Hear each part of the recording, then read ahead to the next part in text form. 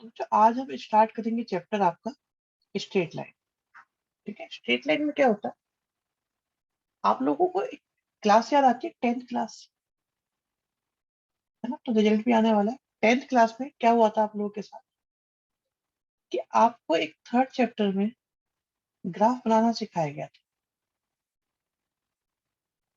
जैसे आपके पास में 2x + 3y = 6, तो आपको उसका ग्राफ बनाना है। तो कितने वेरिएबल है इसके अंदर? इसके अंदर दो तो वेरिएबल है और उनकी पावर भी कितनी, 1 1 है। तो 1 1 पावर का मतलब होता है लीनियर पावर। ठीक है, वेरिएबल दो है, तो हम इनको बोलते थे linear equation in two variable. और अगर आपसे कहा जाए मैं इसका ग्राफ बना दूं, तो आप लोग क्या करते थे, एक टेबल सी बनाते थे और उसमें दो वैल्यू ले लेते थे मिनिमम। तीन भी लेते थे कुछ, तीन लो दो लो, वैसे दो से काम चल जाता है, कोई जरूरत है नहीं तीन की। तो अगर हम x की जगह 0 लिखे, y की वैल्यू 2 आती थी, y की जगह 0 लिखे, x की वैल्यू 3 आ जाती थी। फिर हम इसका ग्राफ बनाते थे। ग्राफ बनाने में क्या होता था, x की वैल्यू 0 पे y की वैल्यू 2 आ रही है आपकी। ठीक है, ये पॉइंट आ गया। और दूसरा x की वैल्यू 3 है और y की वैल्यू 2। अगर हम इनको ज्वाइन करें तो 1 2 और 3, अब इनको अगर ज्वाइन करा जाए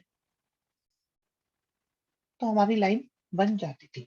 यहां तक के प्रोसीजर में किसी बच्चे को कोई दिक्कत तो बता दो। सबको क्लियर है?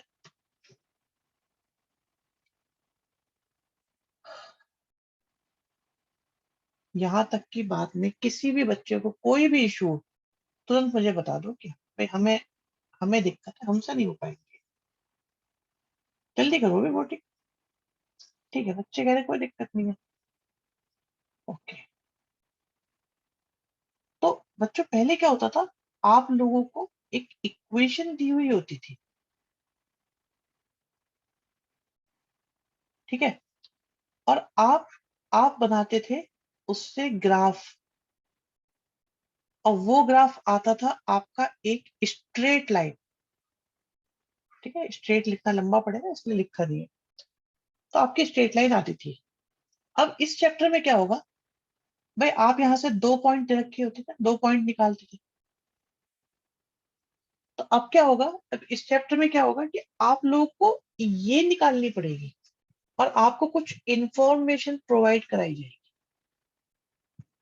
बस पूरे चैप्टर में यही चलता रहेगा, आप इक्वेशन निकालो, लाइन की इक्वेशन निकालो। ये लाइन की इक्वेशन। तो पहले इक्वेशन गिवन होती थी और आप ग्राफ बनाते थे। अब क्या होगा, कुछ इंफॉर्मेशन गिवन होंगी और आपको बनानी पड़ेगी उसकी इक्वेशन। ठीक है, पॉइंट समझ में आ रहा है सब बच्चों को? ये बात समझ में आ रही है जो कही जा रही है? इस कार्यक्रम को करने के लिए हमें समझना पड़ेगा सबसे पहले एक वर्ड है स्लोप। आप लोगों ने इंग्लिश में स्लोप पढ़ा होगा वर्ड। स्लोप का मतलब क्या होता है? स्लोप का मतलब ऐसा होता है ना, ढलान, इंक्लाइंड, कोई भी चीज टेढ़ी मेढ़ी कितनी एंगल बना रही है, उसे हम स्लोप बोलते हैं। एक वर्ड और भी है बच्चों इसके लिए, जिसे हम बोलते हैं ग्रेडियंट। तो एक्चुअली में होता क्या है, सबसे पहले हमें ये समझना है, स्लोप जो प्रॉपर्टी होती है बच्चों वो लाइन की होती है। अब मैंने एक लाइन बनाई, ऐसे भी हो सकती है, लाइन ऐसे भी हो सकती है, ये लाइन ऐसे भी बन सकती थी, ये लाइन ऐसे भी बन सकती थी। ठीक है, तो हमने कई तरह से लाइन को बना के देखा। ये हमारे पास है लाइन 1। ठीक है, दूसरा है हमारे पास लाइन 2। लाइन 2 इसे ले लेते हैं। फिर हमारे पास है लाइन 3 और ये है लाइन 4। चार लाइनें आपको दिखाई दे। अब आपको एक्सिस भी दिखाई दे रही होंगी। आप ये देखो, अगर मैं इन लाइंस का एक्स एक्सिस के साथ एंगल मेजर करूं, ठीक है, एंगल मेजरमेंट की बात चल रही है, और एंगल मेजरमेंट होगी एंटी क्लॉकवाइज डायरेक्शन में एक्स एक्सिस से। आई रिपीट, एक्स एक्सिस से एंटी क्लॉकवाइज डायरेक्शन को आप देखो। मतलब यहाँ तो कुछ बनेगा ही नहीं। क्या देखूं मैं यहाँ तक? कुछ नहीं बनेगा। इसमें देखो, तो क्या आप लोगों को लाइन 1, लाइन 2 और लाइन 3 में एंगल बनते हुए नजर आए? थीटा 1, थीटा 2 और थीटा 3।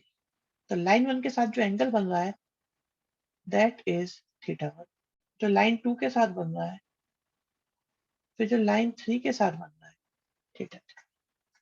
यहां तक की बात में किसी को कोई समस्या हो, जल्दी से बताओ।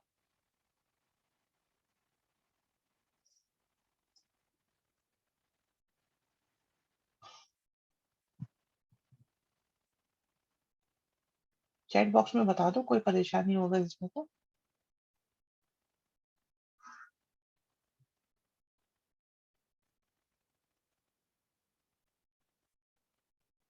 ठीक है, किसी बच्चे को कोई प्रॉब्लम नहीं है।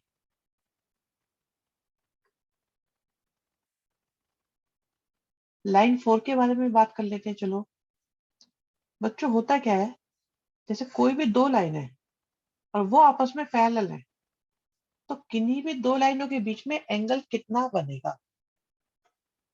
पुजीत बताएंगे बेटा सारी बातें अभी।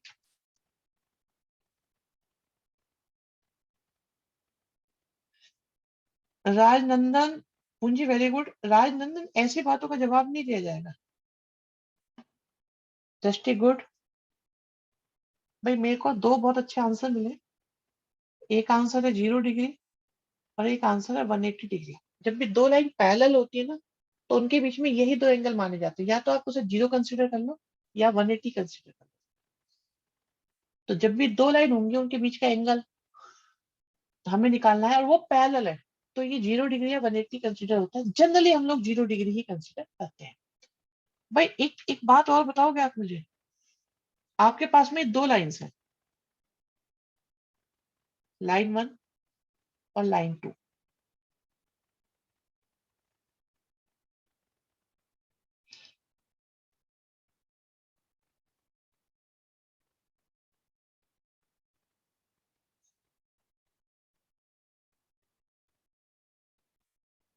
अब मुझे ये बताओ बच्चों कि लाइन 1 और 2 के बीच में एंगल क्या बन रहा है? एक ही एंगल बताना। बताओ लाइन 1 और 2 के बीच में एंगल क्या बन रहा है?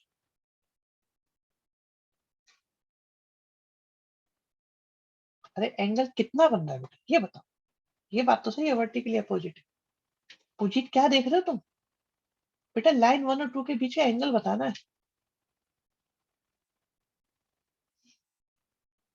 Good good good. देखो बिल्कुल सही बच्चे। क्रिश, ये क्या लिखा है बेटा? 120 कहाँ से बना दिया आपने? भाई आप 30 भी कह सकते हो और आप 150 भी कह सकते हो, अपना अपना तरीका है। तो कभी भी दो लाइंस के बीच में हमेशा दो एंगल बनेंगे, थीटा और 180 माइनस थीटा। तो अगर मैं दो पैरेलल लाइंस के बीच की एंगल की बात कर रहा था, या तो वो 0 होगा या 180 माइनस 0 होने की वजह से वो 180 होगा। दोनों सही माने जाएंगे, 0 भी सही है और 180 भी सही है। जैसे कि ये एग्जांपल है हमारे पास, इसमें 30 भी सही है और 150 भी आपका सही है। समझ में आई बात नहीं आई? बताओ, जल्दी बताओ, क्या ये बात समझ में आ गई आप लोगों को यहाँ तक?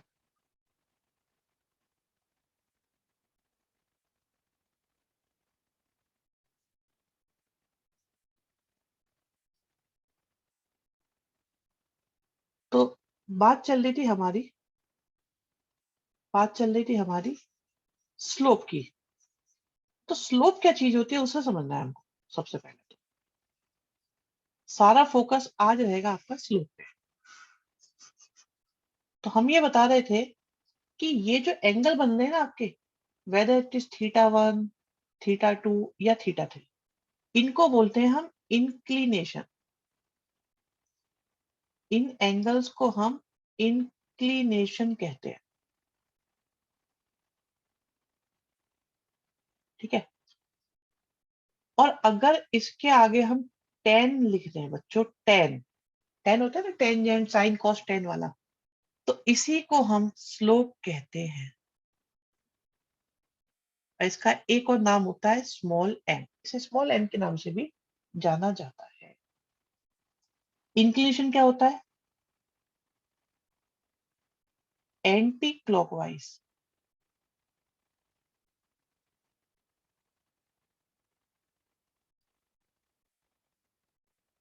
Angle with x axis.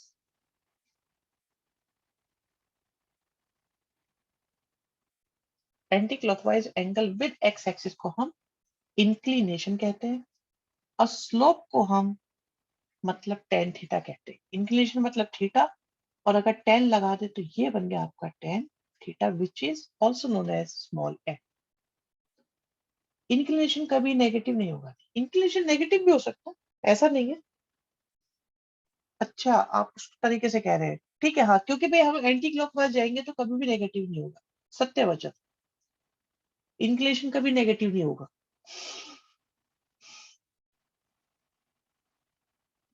Krrish 150 minus 30 नहीं होना था, 180 माइनस 30 होना था। हाँ जी, किसी को कोई समस्या? अगर आपसे कहा जाए इंक्लिनेशन निकालो, निकाल दोगे? अगर आपसे कहा जाए स्लोप निकालो, निकाल दोगे? स्लोप निकालने का मतलब है आपको टेन थीटा निकालना है। चलो मैं आपको देता हूं, बेटा थीटा इंक्लिनेशन की वैल्यू है 0 डिग्री, 30 डिग्री, 45 डिग्री, 60 डिग्री और 90 डिग्री। अगर थीटा की वैल्यू 0 है, 0 डिग्री, तो टेन थीटा का मतलब होगा टेन 0 डिग्री, और टेन जीरो की वैल्यू 0 आती है। तो आपका स्लोप कितना हो गया बच्चों? आप देखिए स्लोप कितना हो गया, स्लोप हो गया आपके पास 0। Is this clear? समझ में आई बात या नहीं आई? बता, सारे बच्चे बता रहे क्या ये बात क्लियर है? स्लोप निकालना समझ में आ रहा है आपको? इसी तरह से अगर आपको कहा जाए भाई 30 डिग्री के लिए स्लोप निकालो, तो क्या आप लोग 30 डिग्री के लिए स्लोप निकाल सकते हो? बताओ, 30 डिग्री के लिए स्लोप निकालो, निकालो।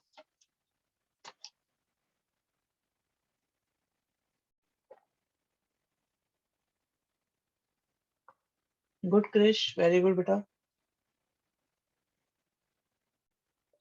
अभिषेक, कृष्णा, सही आंसर है आप लोगों के बेटा। रुद्र बेटा 1 अपॉन लगाना भूल गया। अक्षत वेरी गुड। दृष्टि आंसर गलत है बेटा। कोमल वेरी गुड आंसर बेटा।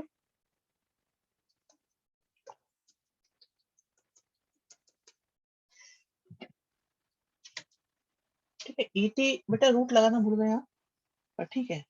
भूमिका शाबाश। बाकी बताओ बच्चे, सारे बच्चे बताओ। अवनी, अत्री, गुड आंसर, सही है बेटा आपका आंसर। बाकी बताए, बाकी बताए, बाकी। एंगल हमेशा एक्स एक्सिस के साथ ही बने, यस, एंगल को बेटा हमेशा एक्स एक्सिस के साथ ही कंसीडर करना है। मान्य वेरी गुड बेटा। शाबाश शाबाश शाबाश, बहुत अच्छे बच्चे। ठीक है, दृष्टि गुड। इन्हें भी निकाल दो, इन्हें भी निकाल दो। और ये बताओ क्या किसी बच्चे को कोई प्रॉब्लम आ रही है इसमें? अगर आपसे कहा जाए कि भाई स्लोप निकालो, तो क्या कोई बच्चा परेशान हो रहा है स्लोप निकालने में?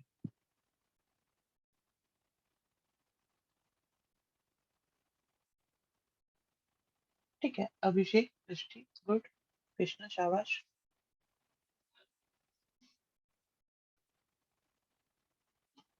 चलिए, अब आप देखिए, मैं आपके एंगल चेंज कर रहा हूँ बच्चों, और यहाँ देखता हूँ कितने बच्चे कंफर्टेबल। जो जो कंफर्टेबल नहीं है मुझे बता देना। भाई जो जो बच्चे कंफर्टेबल नहीं है वो बता देंगे मुझे कि भाई हमसे ना हो पाएगा, हम में ना है वो बात। ठीक है, आपको स्लोप निकालना है।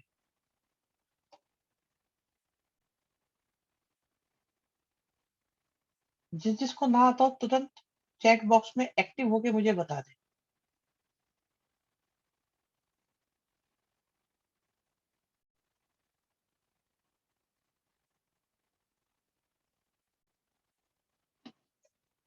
सबको आता है, निकालो फिर।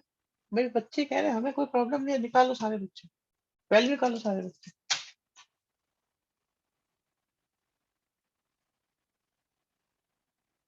क्रिश वेरी गुड, निकालो। ठीक है, ओके।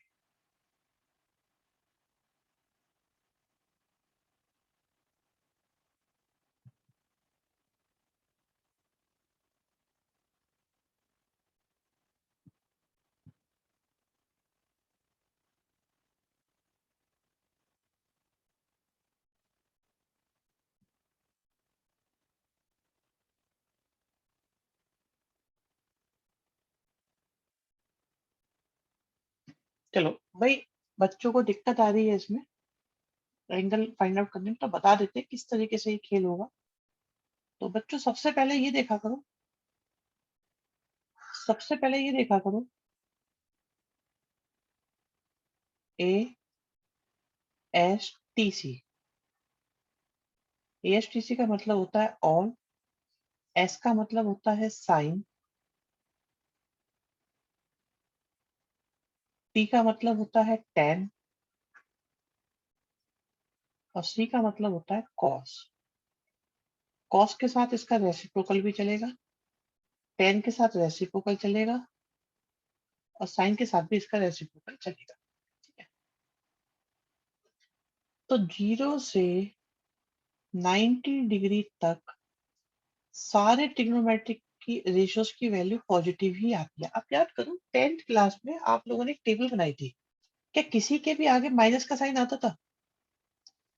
बताओ, किसी के आगे माइनस आता था? नहीं आता था ना माइनस, क्योंकि वो फर्स्ट क्वाड्रेंट की टेबल थी। फर्स्ट क्वाड्रेंट का मतलब होता है बच्चों 0 से लेकर 90 तक। अब बारी आती है सेकंड क्वाड्रेंट। सेकंड क्वाड्रेंट को हम 90 से 180 तक मानते हैं, और ये इसमें सिर्फ साइन और कॉसेक की वैल्यू पॉजिटिव आएंगी, बाकी सब नेगेटिव आएंगी। तो सेकंड क्वाड्रेंट में सिर्फ साइन और कॉसेक पॉजिटिव होता है, बाकी सब नेगेटिव होते हैं। ओके, दूसरी बात, अभी हम सिर्फ सेकंड क्वाड्रेंट को ही सीखेंगे, और सेकंड क्वाड्रेंट के एंगल को बेटा हमेशा कन्वर्ट कर लिया करो 180 माइनस करके। ठीक है, 180 माइनस करके देखो, तो आप ये देखो, ये जो 120 है ये कन्वर्ट हो जाएगा, अगर हम इसे लिखें तो ये बन जाएगा 180 माइनस 60। नेक्स्ट को देखें तो ये बन जाएगा 180 माइनस 45। फिर नेक्स्ट थर्ड को देखें 150 वाले को, तो ये बन जाएगा 180 माइनस 30, देन 180 माइनस 0। इस बात में किसी को परेशानी हो तो तुरंत बताओ, इस बात में किसी को प्रॉब्लम हो तो बताओ तुरंत, एकदम तुरंत बताओ, तुरंत। किसी को परेशानी है इसमें 180 माइनस कैसे लिखा गया?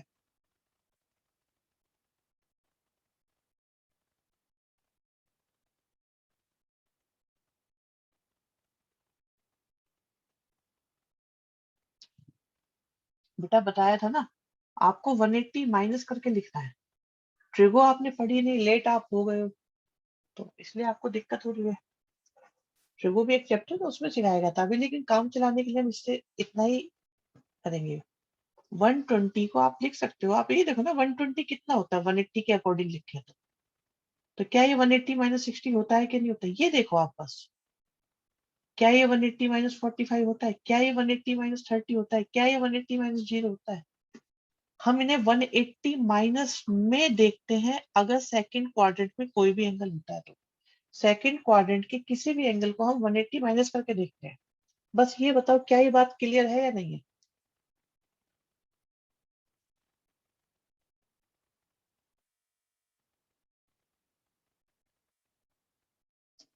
ठीक है, अब ये बताओ सेकंड क्वाड्रेंट में हम बात किसकी कर रहे हैं? हम 10 की बात कर रहे हैं, और जबकि सेकंड क्वाड्रेंट में कौन पॉजिटिव होता है? सिर्फ साइन और कोसेक पॉजिटिव होते हैं, बाकी सबकी वैल्यू कैसी आने वाली है? नेगेटिव आने वाली है। Is this clear? ये नेगेटिव क्यों लगाया बेटा, ये नेगेटिव क्यों लगाया, ये समझ में आई बात या नहीं आई? देखो, ये नेगेटिव क्यों लगा है, ये बात समझ में आ रही है सबको?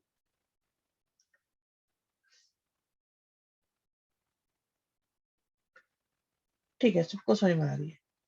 तो बेटा आपने जो इतनी मेहनत करी थी ना 180 माइनस करने वाली, उसका बेनिफिट अब आपको मिलने वाला है। जैसे ही आप 180 में कन्वर्ट कर लेते हैं तो सिर्फ आपको 180 माइनस को भूल जाना है, आपके लिए सिर्फ ये काम का है। तो this will be equal to 1060 only.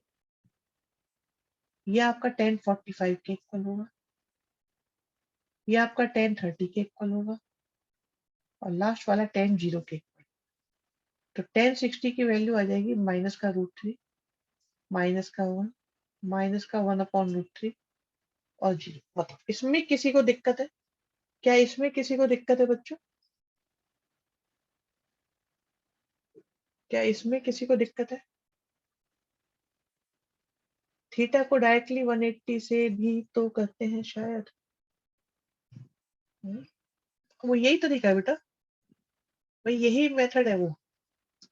और इसके अलावा हम आप लोगों को ये भी कहते हैं कि आपको 10 की वैल्यू पता होनी चाहिए, 1030 की वैल्यू पता होनी चाहिए, 1045 की वैल्यू पता होनी चाहिए। अपने रजिस्टर में लिखो इन सबको, आप अपने रजिस्टर में वैल्यूज भी लिखो बच्चों सारी, कि 10 135 की कितनी आएगी, 10 150 से कितना आएगा, और 10 180 से कितना आएगा, यहाँ तक की वैल्यू सारे लिखो।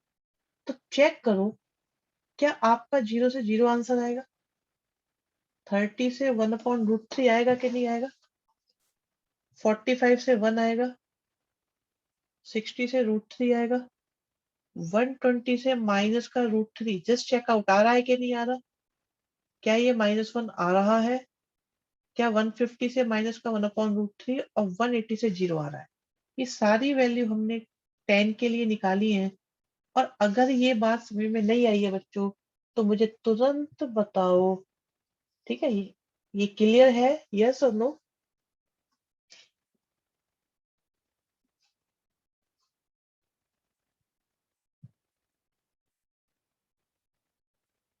किसी बच्चे को भी दिक्कत हो इमीडिएटली मुझे बताए, ठीक है? अब बच्चों मैं एक बात सोच रहा था, सोच समझ के बताना। भाई 0 हो, 30 हो, 45 हो, 60 हो, या 90 हो। 90 पे तो खैर नॉट डिफाइन आ रहा है, और 0 पे 0 आ रहा है। लेकिन इनसे अलग कोई भी हो तो स्लोप की वैल्यू का साइन क्या होगा? साइन क्या होगा? 3 पॉसिबिलिटी होती है हमारे पास, नेगेटिव, पॉजिटिव, 0। कौन सा होगा इसमें? स्लोप आपका नेगेटिव आएगा, पॉजिटिव आएगा, या 0 आएगा? बताओ। अक्षत क्या लिख रहे हो बेटा? उजीत, इति, गुड बेटा। अवनी बेटा 30 45 60 की बात चल रही है। अरे स्लोप का मतलब क्या होता है? 10 होता है कि नहीं होता? तो 10 30 कैसा आएगा? 10 45 का साइन क्या आएगा? 10 60 का साइन क्या आएगा? पॉजिटिव ही आएगा ना सबका, नेगेटिव तो आ नहीं सकता। और अगर मैं आपसे बोलूं बच्चों 10 120 का साइन कैसा आएगा, 10 135 का साइन कैसा आएगा, 10 150 का साइन कैसा आएगा?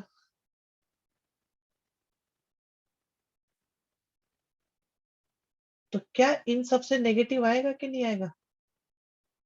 तो हम ये कह सकते हैं कि सेकंड क्वाड्रेंट के जो एंगल होते हैं, सुनिएगा, सेकंड क्वाड्रेंट के जो एंगल होते हैं उनसे आने वाले स्लोप सारे नेगेटिव होते हैं, फर्स्ट क्वाड्रेंट के स्लोप सारे पॉजिटिव होते हैं। इज दिस क्लियर बच्चों? बताओ, सारे बच्चे बता दें, क्या ये बात समझ में आ गई?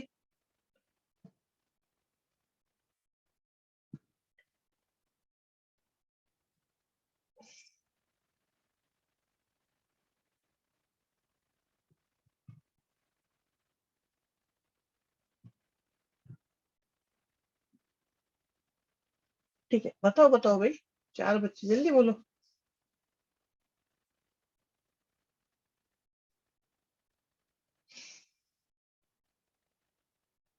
अगर किसी लाइन का स्लोप 0 है,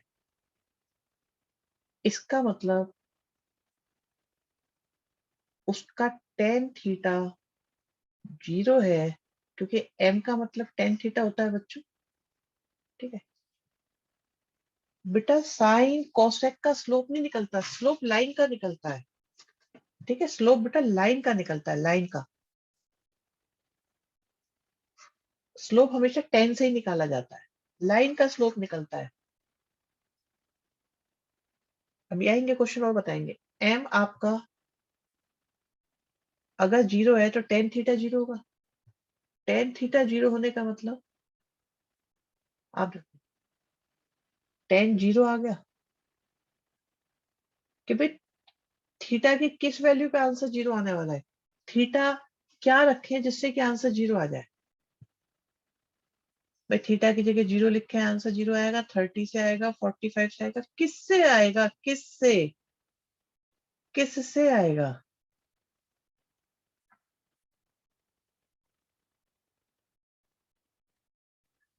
किससे आएगा, थीटा की जगह क्या रखने से आएगा, 0 रखने से आएगा या 180 रखने से आएगा। ठीक है, तो बच्चों एक बात याद रखना, अगर कभी स्लोप 0 होता है, इसका मतलब होता है कि जिस लाइन की बात चल रही है वो एक्स एक्सिस के पैरेलल है।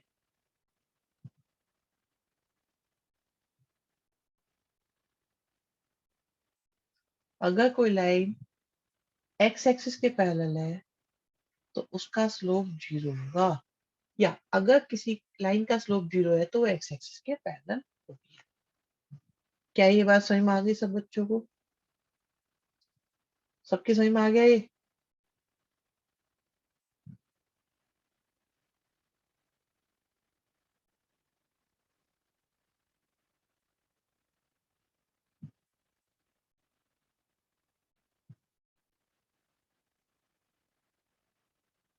ठीक है,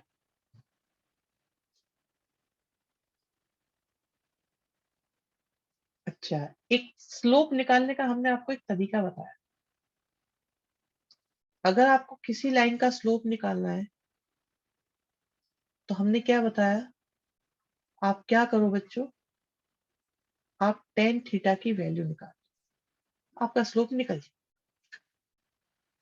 लाइन ओवरलैप भी कर सकती है क्या, यस कर सकती है।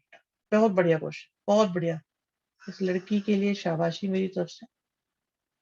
देखो, वो बच्चा ये पूछ रहा है कि जैसे ये कोई लाइन है हमारी, एक्स एक्सिस के पैरेलल है, तो इस बच्चे ने पूछा तो सर चलो इसका स्लोप तो 0 होगा, लेकिन अगर कोई लाइन आपकी एक्स एक्सिस पे ओवरलैप ही कर गई, तब क्या होगा इसका स्लोप, तब भी बेटा इसका स्लोप 0 ही होगा, क्योंकि इसका एंगल तो बना ही नहीं एक्स एक्सिस के साथ। आप देखो इन दोनों के बीच में कोई एंगल ही नहीं बन रहा, और अगर एंगल नहीं बन रहा तो ये टेन 0 होने की वजह से 0 ही आ जाएगा। ठीक है, आई होप डाउट क्लियर हो गया होगा।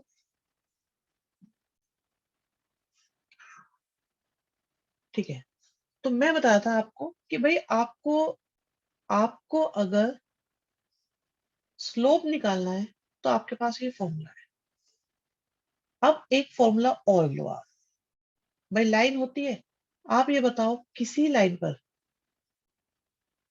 हाँ बता रहे, किसी लाइन पर बेटा ये बताया था आपको स्लोप निकालना है तो टेन थीटा से स्लोप निकल जाता है, थीटा की वैल्यू रख दो तो आपका स्लोप निकल जाता है। क्या ये बात बताइए कि नहीं बताइए, इतने सारे स्लोप भी निकलवाए आपको,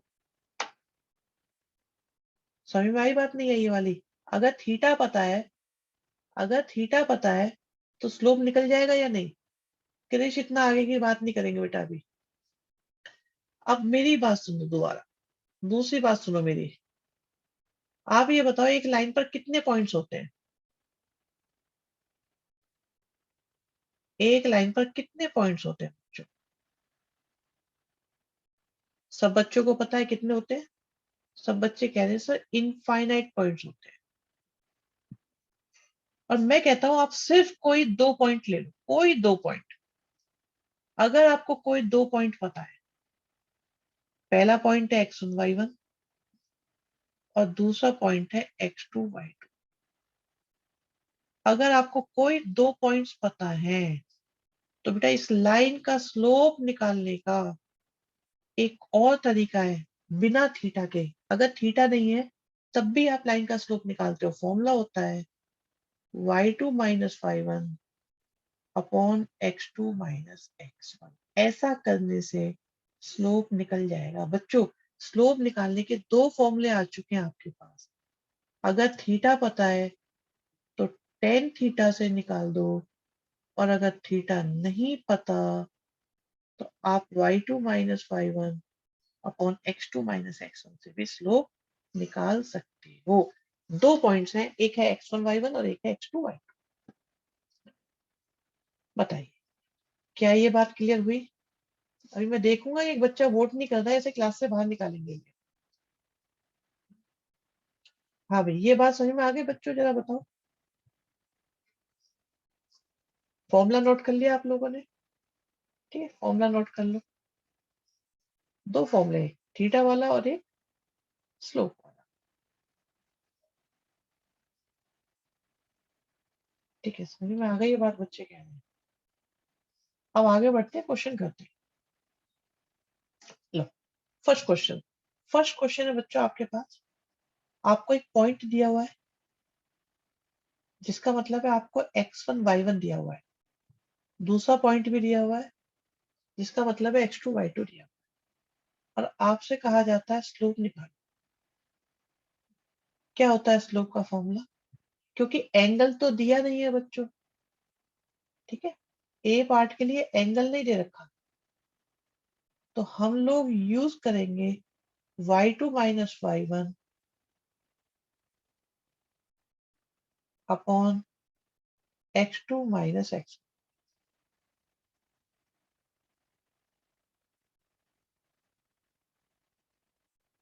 तो ये आ गया आपके पास लाइन 1 का स्लोप।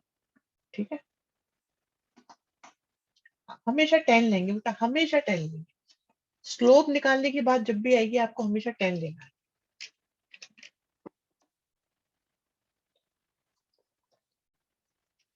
लाइन 2 का स्लोप निकालो।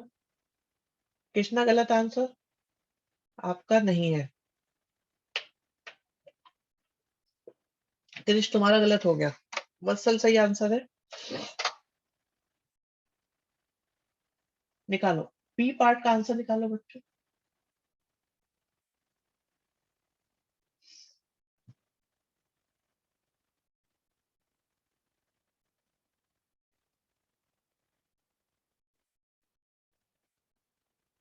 ओके दृष्टि, गुड। अक्षत, ए पार्ट का आंसर, बी पार्ट का आंसर क्या आ रहा है? बी पार्ट का अभिषेक सही आंसर है, अक्षत गलत आंसर, क्रिश सही answer, Monu good. B part, शाबाश। Bhumika very good. अग्नि, कोमल सही आंसर। पुजीत, आपने सी पार्ट का भी निकाल लिया। ओके, ठीक है, निकालो निकालो।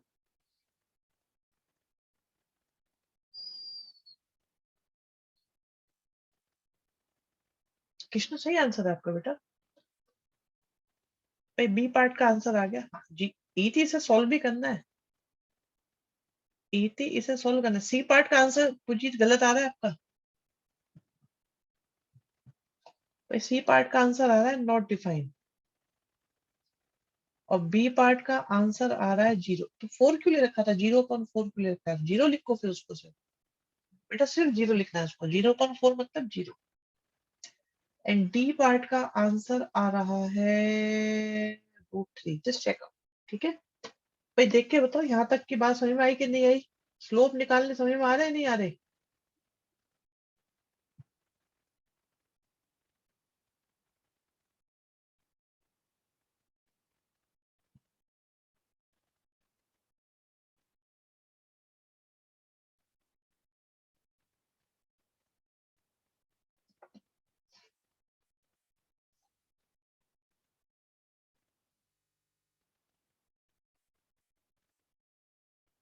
नॉट डिफाइन को इन्फिनिटी लिख सकते हैं, लिख दो, लिख दो, कोई दिक्कत नहीं है। नॉट डिफाइनेबल लिख सकते हो, इन्फिनिटिव लिख सकते हो। क्रिश, क्वेश्चन नंबर 4, ये कहाँ पहुंच गए तुम?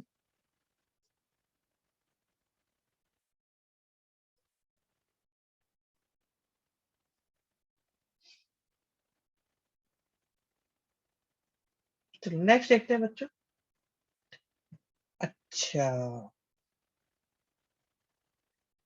ये क्वेश्चन कहाँ से आ गया? चलो कोई बात नहीं, इस क्वेश्चन को भी करते हैं। एक क्वाड्रिलेटरल है बच्चों, 10th क्लास का रिवीजन होगा इस क्वेश्चन में आपका। क्वाड्रिलेटरल है जो है ए बी सी और डी। ए के कोऑर्डिनेट्स हैं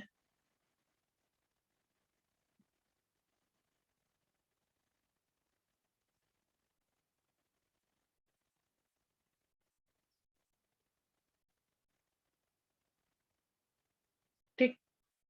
अब एबीसीडी आपके पास में एक क्वाड्रिलेटरल है और कहते हैं इसका एरिया निकालो। भाई क्वाड्रिलेटरल के एरिया का फॉर्मूला तो है नहीं आपके पास, पर क्या आप इसे दो ट्राइंगल में ब्रेक कर सकते हो? चाहे कैसे भी कर लो। तो आपके पास अगर हमें क्वाड्रिलेटरल का एरिया निकालना है एबीसीडी का,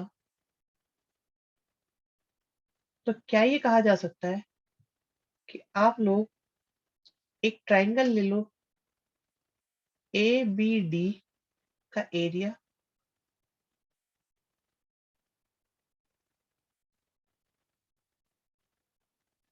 और बी सी डी का एरिया, क्या ये दोनों निकाल सकते हो आप लोग? भाई ए बी डी का एरिया और बी सी डी का एरिया निकालना आता है? नो किसने बोला था पिछले वाले क्वेश्चन में? एक बच्चा कह रहा है नो। पता लगाता हूँ।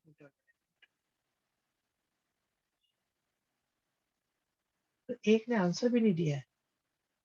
पहले इस बच्चे को बाहर करते हैं, जो बच्चा आंसर नहीं दे रहा है।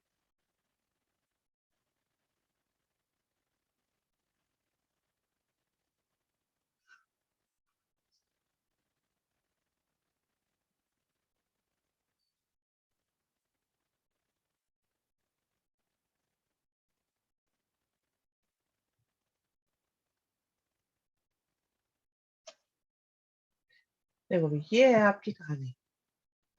अब पता चलेगा ना।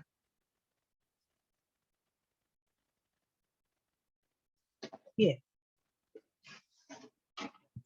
तेरा पहले ये पता लगाया जाए कौन बच्चा आंसर नहीं दे रहा, उसे तो हम करते हैं बाहर। और नो आया था पुजीत, तुम्हारा नो आया भी? तुम्हारा नो कैसे आया? अच्छा ठीक है। हीरोन फॉर्मूला से नहीं निकालना बेटा, एरिया ऑफ ट्रायंगल का फॉर्मूला होता था ना 10th क्लास में, उससे निकालो। कोई बात नहीं, कोई बात नहीं। अवनी वेरी गुड बेटा। तो आंसर, आंसर पूछिए, तुम्हारा तो आंसर है, फिर एक बच्चा वो कौन है जो आंसर नहीं दे रहा? जरा उसको भी तो देखा जाए। एक मिनट मुझे जरा चेक करने दो। एक बच्चा कंटिन्यूअसली आंसर नहीं दे रहा है, उसका भी तो पता लगना चाहिए।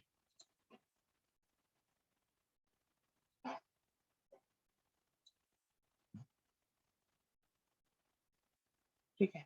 अभिषेक, अक्षत, अस्मित, अवनी, अक्षय, ममता, धर्म, दिव्यांशी, दृष्टि, प्रीति, कोमल। अच्छा, ठीक है, ओके। चलो नेक्स्ट देखो।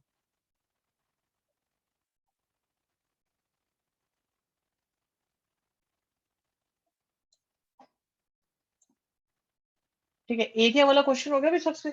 बताओ, क्या एरिया वाला क्वेश्चन हो गया सबसे?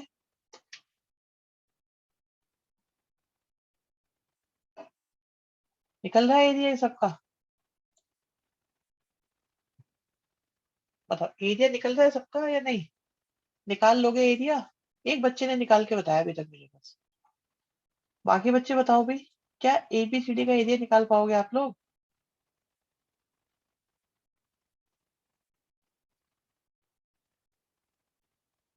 बहुत बढ़िया वत्सल, शाबाश। निकालो, निकालो, सारे बच्चे निकालो। नो, कुंजी गलत आंसर। पूरा निकालना है, आराम से निकालो, गलती नहीं होनी चाहिए। रिलैक्स होके निकालो और सही निकालो। दो ट्राइंगल निकालो। एक एरिया फाइंड करो ट्राइंगल एबीसी का। एक निकालो एरिया ऑफ ट्राइंगल। कोमल बता दो बेटा, एरिया ऑफ ट्राइंगल का फॉर्मूला याद है आप लोगों को? अच्छा, कुछ बच्चों को इसमें दिक्कत आ रही है भाई। याद आया 10th क्लास में ऐसा कुछ होता था? 1/2 लगा दिया बेटा, 1/2 लगाया हुआ है। प्यारे बच्चे, 1/2 लगाया हुआ है। ऐसे निकाल सकते हैं कि नहीं निकाल सकते?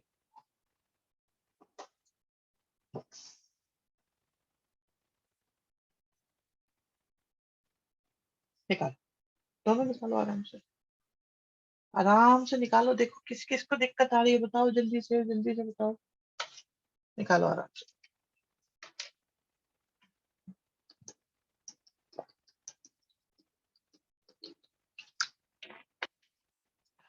गुड, वेरी गुड बेटा, बहुत बढ़िया।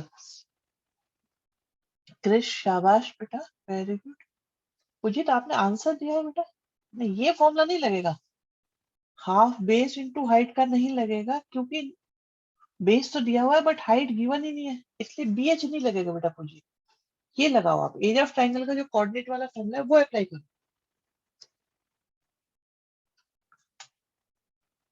बहुत बढ़िया। अच्छा, एक का 14 आ रहा है, ओके ओके ओके, आप समझ में आई बात। पहले ट्राइंगल का 14 आ रहा है, दूसरे का 93 पॉइंट समथिंग समथिंग समथिंग आ रहा है, क्या आ रहा है? चेक करो बेटा, ये हो रहा है कि नहीं हो रहा?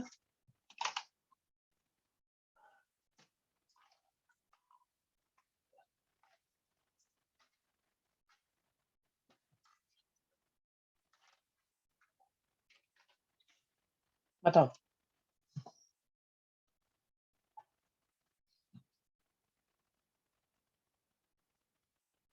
भाई, जिस जिससे होता जा रहा है वो बताते चले जाओ।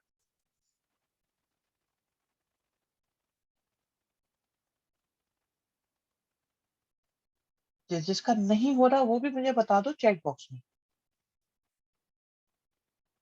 कि भाई मुझसे नहीं हो पा रहा, मेरी समझ में नहीं आ रहा, क्या करना है, कैसे करना है, होना क्या है, क्यों कर रहे हो, मुझे कुछ समझ में नहीं आ रहा। अब नहीं बेटा, वेरी गुड। मोनू करो बेटा, कोई बात नहीं, रिलैक्स होकर करो, टेक योर टाइम। समय की हम पे कोई कमी नहीं है, हम बहुत बहुत आगे निकल चुके हैं।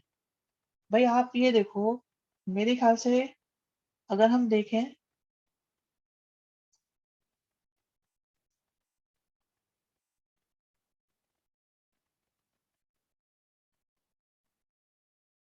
ये चैप्टर्स हम लोग कर चुके हैं, ये चैप्टर्स हमारे हो चुके हैं। Shivam, very good. 1 हुआ, 2 हुआ, 3 हुआ, 5 हुआ, 6 हुआ, 9, इतने इतने चैप्टर हो गए, ये बहुत सारे नहीं हो गए?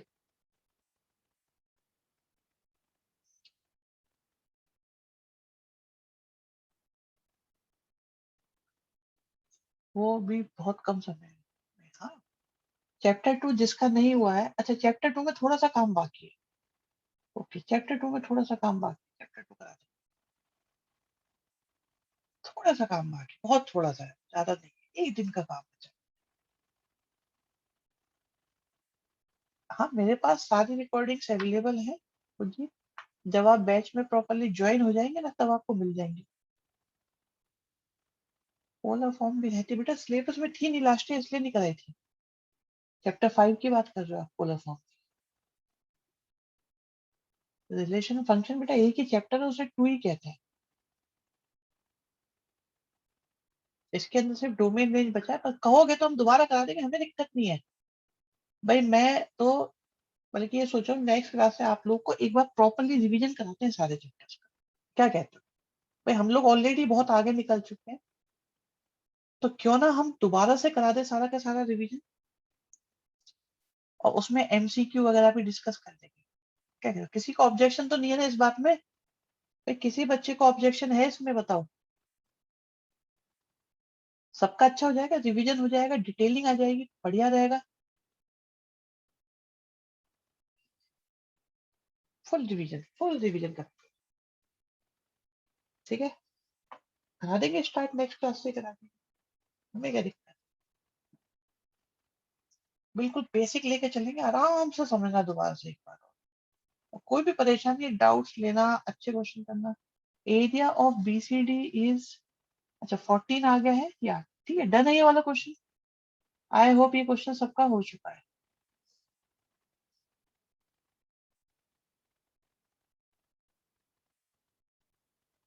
ये चैप्टर बीच में छोड़ देंगे, हाँ छूट जाएगा, कोई बात। ऐसा आइडिया लग गया इसका भी अच्छा खासा, इसका भी आइडिया लग गया है। ये बेकार बेकार क्वेश्चन कहाँ से आ रहे हैं? चलो करा देते हैं इनको भी, बेकार ही क्वेश्चन है वैसे ये। आराम से समझते हैं, टेंशन लेने की जरूरत नहीं क्वेश्चन में, मैं कराऊंगा।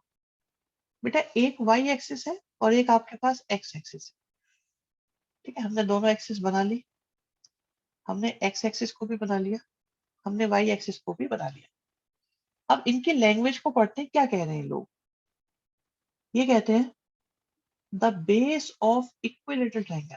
तो बात कौन से ट्रायंगल की हो रही है, ये बताया इन्होंने, इक्विलेटरल ट्रायंगल की है, जिसकी साइड 2a है और वाई एक्सिस के अलॉन्ग है, ठीक है, मतलब बेस आपका वाई एक्सिस पर है और उस बेस का मिड पॉइंट ओरिजिन पर है, ठीक है। इसमें जेड एक्सिस क्यों नहीं ले रहे बेटा, ये 2D चल रही है इसलिए जेड एक्सिस ले रहे। आप लोग को जो मैंने 3D कराई थी ना, वो सिर्फ उतनी ही थी 11th में जितनी आपको कराई गई है। बाकी 3D आपकी 11th में चलेगी, वहां सारी चीजें ऐसी। 11th क्लास में 2D सिखाई जाती है और 3D का इंट्रोडक्शन बताया जाता है, बस जितना हमने आपको करा दिया। तो 3D के क्वेश्चन 11th में नहीं है, वो 12th में आएंगे। अब ये कह रहे हैं कि एक इक्विलेटरल ट्रायंगल बनाओ जिसका बेस वाई एक्सिस पर हो और मिड पॉइंट उसका ओरिजिन होना चाहिए। आप ये बताइए, क्या ये डायग्राम फिगर आपको ठीक लग रही है? क्या इस डायग्राम से आप लोग सहमत हैं? ये ए है और इसको हमने बी और सी ले लिया। इसमें किसी को परेशानी है हमने ऐसा क्यों लिया? भाई इन्होंने कहा इक्विलेटरल बनाओ, बनाया, साइड 2a है, इसको अभी लिख देते हैं। वाई एक्सिस पर बेस है, ठीक है, वाई एक्सिस पर बेस है, मिड पॉइंट ओरिजिन पर है, ओरिजिन पर है। अब अकॉर्डिंग टू क्वेश्चन उन्होंने ये कहा है कि भाई इसकी साइड 2a है, तो ए यहाँ होगी और ए यहाँ होगी, क्योंकि इक्विलेटरल ट्राइंगल है, तो बाकी दोनों साइड्स भी 2a होंगी। Is this clear? यहाँ तक किसी को परेशानी, कोई बच्चों इसमें किसी को कोई प्रॉब्लम आ रही है फिगर में, बताओ। ओके है ये बिल्कुल? अब ये मुझे पता नहीं है, लेट इट बी के, ठीक है, ये मुझे नहीं पता। आप ये देखो, हमारे पास ए बी, बी सी और सी ए तीनों आपस में इक्वल हैं और ये 2a के इक्वल है, ठीक। साथ में ओ बी और ओ सी दोनों इक्वली डिवाइड हो गए थे, तो ये ए के बराबर आ गया, ठीक। क्रिश वेरी गुड बेटा। तीसरी चीज, तीसरी चीज देखिए कि अगर मैं पाइथागोरस लगाऊं यहाँ पे ट्राइंगल ए ओ बी में, तो क्या हमारे पास ओ ए का स्क्वायर प्लस ओ बी का square equal to A B का स्क्वायर आएगा या नहीं? अभी ओ ए का तो पता नहीं कितना है, लेट इट बी के। ओ बी का मतलब आ गया ए स्क्वायर, ए बी का मतलब आ गया 2a का होल स्क्वायर। तो आप देखिए के स्क्वायर की वैल्यू कितनी आई, 4a² माइनस का ए स्क्वायर बन गया 3a², के की वैल्यू आ गई a√3। प्लस में भी आ सकती है, माइनस में भी आ सकती है, दोनों में आ सकती है। ठीक है, अगर माइनस में होगी बच्चों तो ये इधर बनेगा फिर ट्राइंगल। ठीक है, दो ट्राइंगल बन सकते हैं, इसलिए प्लस माइनस आई है। आप ये देखिए वर्टिसेस के कोऑर्डिनेट्स निकालने हैं। ए के कोऑर्डिनेट क्या होंगे बच्चों? ए का कोऑर्डिनेट होगा k,0। तो k की वैल्यू क्या क्या है? b के कोऑर्डिनेट क्या होंगे बच्चों? b के कोऑर्डिनेट, क्या b के कोऑर्डिनेट 0,a नजर आएंगे? क्या c के कोऑर्डिनेट 0,-a नजर आएंगे? और क्या ये क्वेश्चन आपकी समझ में आया कि नहीं आया बताओ? एबीसी के कोऑर्डिनेट क्लियर हुए कि नहीं हुए?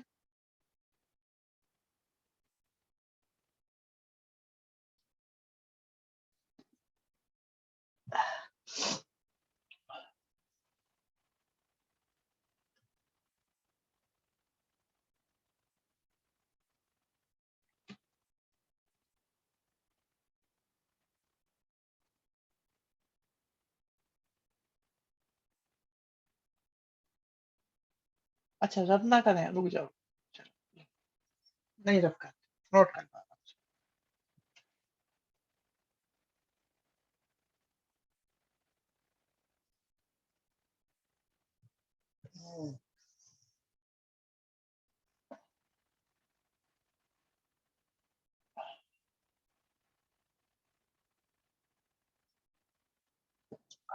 ठीक है, नोट कर लिया।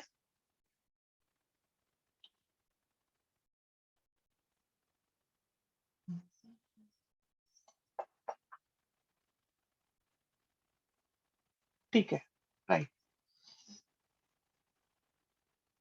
नेक्स्ट क्वेश्चन की तरफ चलते हैं। उससे पहले एक छोटी सी बातचीत हो जाए 10th क्लास के क्वेश्चंस के बारे में। 10th क्लास के क्वेश्चंस में बच्चों आप लोगों ने एक्सिस सिस्टम को सीखा था, जिसमें एक्स एक्सिस होती थी, वाई एक्सिस होती थी, ओरिजिन होता था, फिर 1 आता था, 2 आता था, 3 4 इस तरीके से बनाई जाती थी। पॉजिटिव डायरेक्शन ऊपर होती थी, नीचे वाई की नेगेटिव डायरेक्शन होती थी। ऐसे ही राइट में एक्स पॉजिटिव होता था, लेफ्ट में नेगेटिव होता था। कहीं पे भी ऑब्जेक्शन हो तुरंत बता देना, ये आप गलत कह रहे हो, ऐसा हमने नहीं कहा। मान्य कहने से √3a² से भी तो निकाल सकते हैं, वो बेटा एरिया का क्वेश्चन था, तो एरिया से फिर आपको साइड निकालनी पड़ती, तो उससे के कैसे, एल्टीट्यूड कैसे निकलता? फिर एरिया ऑफ ट्राइंगल से आप साइड कैसे, हाइट कैसे निकालते? ठीक है, उससे हाइट कैसे निकालते हैं,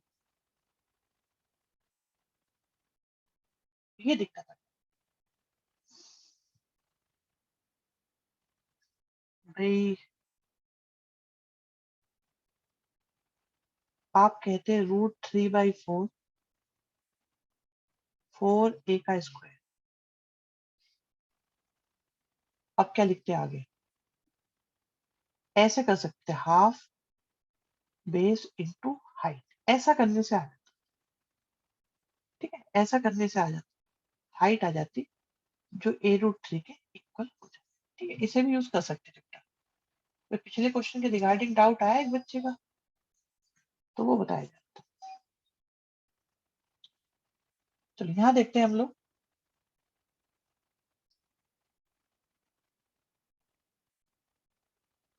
ओके ओके बेटा, माने सही कह रहे हो। ये देखो, ये जो आप लोगों को बताया गया था कि भाई एक्स एक्सिस वाई एक्सिस, ये सारी सारी चीजें, अगर हम यहाँ पे कहते कि भाई एक लाइन ड्रॉ करो, एक लाइन ड्रॉ करो जो वाई एक्सिस के पैरेलल, ठीक है, वाई एक्सिस के पैरेलल लाइन है बच्चों, 3 पे बनाइए, तो इसकी इक्वेशन क्या होती? क्या इसे x इक्वल टू 3 कहते या नहीं कहते? पर आराम से सोच के बताओ ये सही है गलत है। जल्दबाजी कोई नहीं, आराम से बताओ ये सही है बिल्कुल। किसी को परेशानी ऑब्जेक्शन हो तुरंत बताओ। अच्छा, और अगर मैं कहता कि एक लाइन एक्स एक्सिस के पैरेलल बनाओ, एक्स एक्सिस के पैरेलल बना देते, बन गई। तो इसकी इक्वेशन क्या होती? क्या ये y इक्वल टू 1 होता कि नहीं होता? तो हमारे पास दो आ गए, एक लाइन है y इक्वल टू 1 और एक लाइन है x इक्वल टू 3। जो लाइन x इक्वल टू 3 है वो इस प्रकार है, जो y इक्वल टू 1 है वो इस प्रकार। आराम से ऑब्जर्व करते रहना, कोई परेशानी इस चीज में। एक बात नोट करो बेटा, जो x के पैरेलल है उसमें x नहीं लिखा हुआ, उसको हम लिख सकते हैं 0x प्लस वाई। और जो y एक्सिस के पैरेलल है उसे लिख सकते हैं 0y plus x. Isn't surprising? सही है कि नहीं है बताओ? जो x एक्सिस के पैरेलल है उसमें x आ ही नहीं रहा, that is 0x plus Y. और जो y एक्सिस के पैरेलल है उसमें y आ ही नहीं रहा।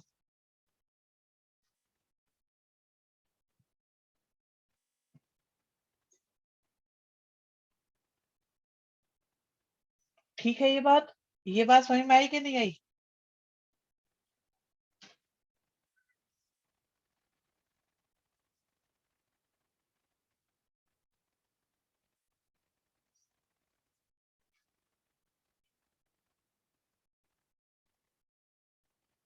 अब ये देखो, इन्होंने कहा है दो पॉइंट है आपके पास दो पॉइंट्स हैं।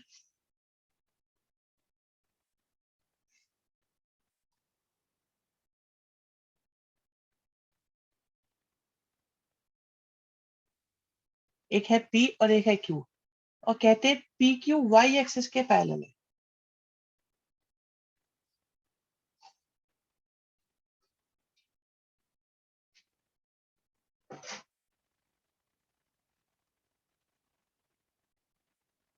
एक है P, एक है Q। P कितना है?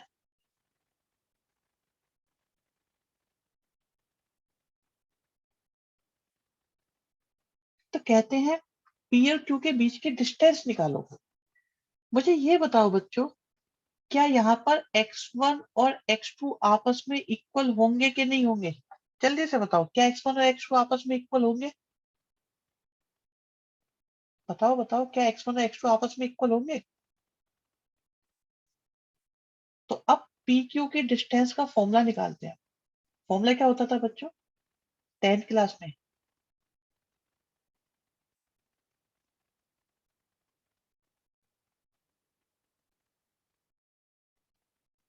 x1 माइनस x2 की वैल्यू कितनी आ गई? 0 आ गई।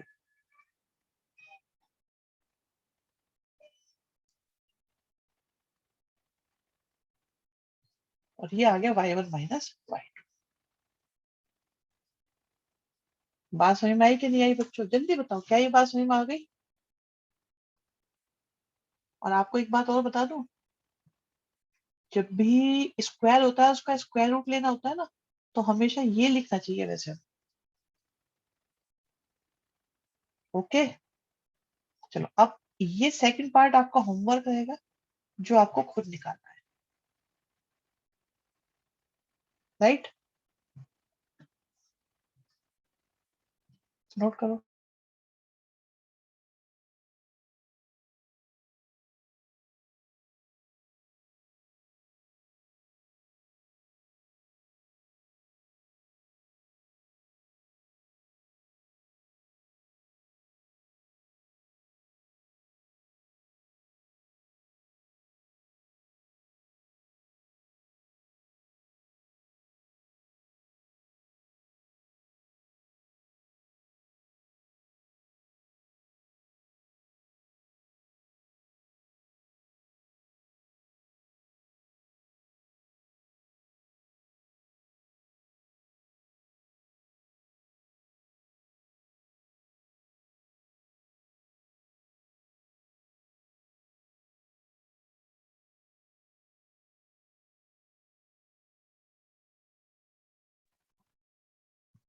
x1 इक्वल टू x2 कैसे हुआ ये बता दो। सेकंड पार्ट भी इसी तरह से करेंगे। एक बार बताओ बेटा, जब ये लाइन पैरेलल है तो ये x1 और ये x2 है, तो ये दोनों आपस में इक्वल होंगे कि नहीं होंगे, क्योंकि पैरेलल है। पैरेलल में तो x1 और x2 आपस में इक्वल होंगे, चाहे कोई भी हो, सारे इक्वल ही होंगे। ठीक है। एंड में मॉडुलस कैसे, बेटा मैंने बताया ये एक्चुअली होता है, सिखाया नहीं जाता 10th तक। बट अगर कभी भी स्क्वायर हो और उस पर स्क्वायर रूट लगाओ तो आंसर मॉडुलस होता है हमेशा। ये डिटेल में बताएंगे एक दिन ऐसा क्यों होता है। ओके, चलो नेक्स्ट क्लास में मिलते हैं बेटा। अभी क्लास करते हैं ओवर। हाँ, रिकॉर्डिंग डाल देंगे बेटा।